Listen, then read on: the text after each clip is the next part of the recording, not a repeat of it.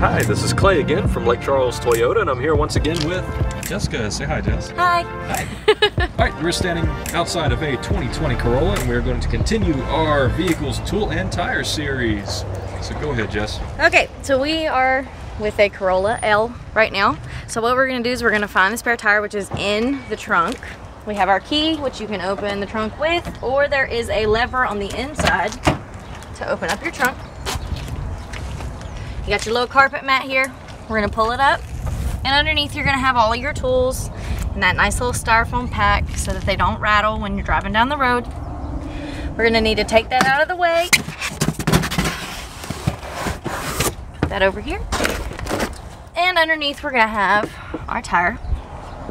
And of course it's screwed in so that it won't rattle. You are going to have to do quite a bit of turning. And you'll be able to get your spare out. And just like a lot of the other cars in the Toyota lineup, it is not a donut, but a full diameter spare. It's the same height of what you already have on the car, so it's much safer to ride around into the donut. It is still considered a temporary, so please get where you have to get and replace your tire as you need to. If you guys have any questions about anything, please let us know. Thanks for watching. Bye.